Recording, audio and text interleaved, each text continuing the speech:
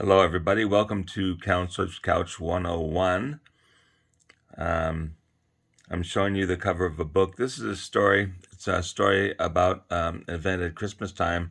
I think everybody should know this story. If you've heard it, then you don't need to watch. But if you don't know this story, you might want to hang around a little bit and find out what this is all about. It seems that in 1897, an 8-year-old girl wrote to the Sun newspaper in New York City and asked the editor of the paper if there was a Santa Claus. Well, the editor took the assignment and gave it to an editorial writer, and he penned a response. And the editor thought that the response would last a very long time and that it should be reach into the distant future to explain, to answer the question rather, whether there is a Santa Claus or not. And he thought that the editorial writer did a wonderful job. That editorial, the letter and the editorial, were published every year of the Sun newspaper's existence until the newspaper closed. So that's the background to the story there. And I'm going to read you the letter and the editorial response. Hang on.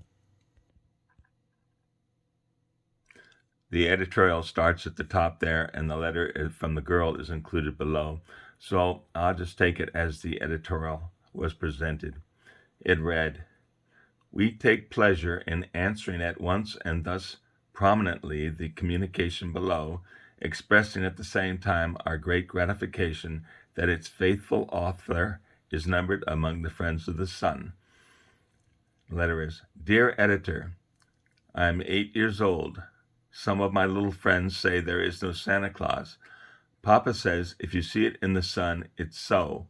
Please tell me the truth. Is there a Santa Claus?"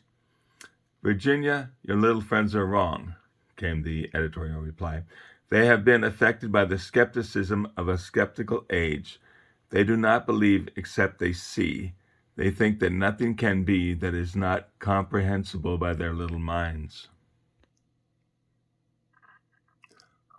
All minds, Virginia, whether they be men's or children's, are little. In this great universe of ours, man is a mere insect, an ant, in his intellect as compared with the boundless world about him, as measured by the intelligence capable of grasping the whole truth and knowledge. Yes, Virginia, there is a Santa Claus. He exists as certainly as love and generosity and devotion exist. And you know that they abound and give to your life its highest beauty and joy. Alas, how dreary would be the world if there were no Santa Claus. It would be as dreary as if there were no Virginias. There would be no childlike faith then, no poetry, no romance to make tolerable this existence. We would have no enjoyment except in the sense and sight. The eternal light with which childhood fills the world would be extinguished. Not believe in Santa Claus? You might as well not believe in fairies. You might get your papa to hire men to watch in all the chimneys to catch Santa Claus on Christmas Eve. But even if they did not see Santa Claus coming down, what would that prove? Nobody sees Santa Claus, but that is no sign that there is no Santa Claus.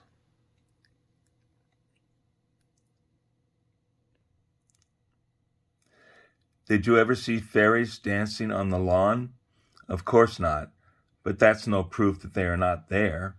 Nobody can conceive or imagine all the wonderful wonders there are unseen and unseeable in the world. The most real things in the world are those that neither children nor men can see. You may tear apart the baby's rattle and see what makes the noise inside, but there is a veil covering the unseen world which not the strongest man, nor even the united strength of all the strongest men that ever lived, could tear apart.